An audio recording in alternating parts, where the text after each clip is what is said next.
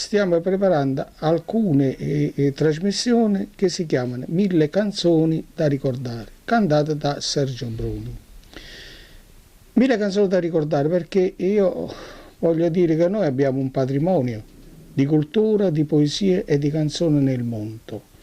Noi diciamo a una certa età abbiamo fatto la nostra parte, ma io ci tengo che queste trasmissioni la vedono i giovani e danno anche loro un contributo a portare avanti la canzone napoletana. Perché Sergio Bruni? Sergio Bruni è uno dei cantanti che ha superato le 1000 canzoni incise. È l'unico che ci può accompagnare in questo viaggio sulle belle canzoni, diciamo, nel nostro patrimonio.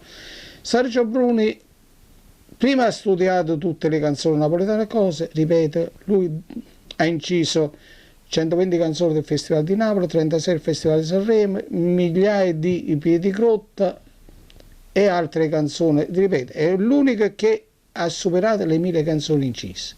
Perciò noi abbiamo scelto Sergio Bruni. E passiamo alla prima canzone, Io ti voglio bene assai.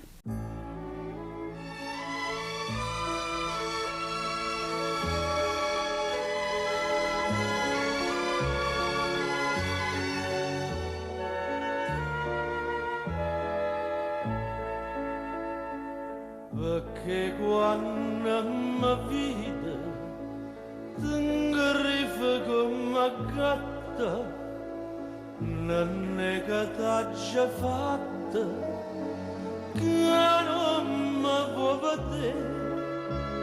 Io t'aggia amato tanto eppure tu lo sai. Io ti voglio bene assai e tu non pensa a me. Io ti voglio bene assai e tu non pensa a me. La notte tutta dorme e io che vuoi dormire pensando a nonna mia. Mi sento sciabolire, le quarta d'ora sono, una, due e tre. Io ti voglio bene assai e tu non pensa a me. Io ti voglio bene assai e tu non pensa a me. Ricordate lo giorno che stavamo vicino e ti scorrevano insieme le lacrime così.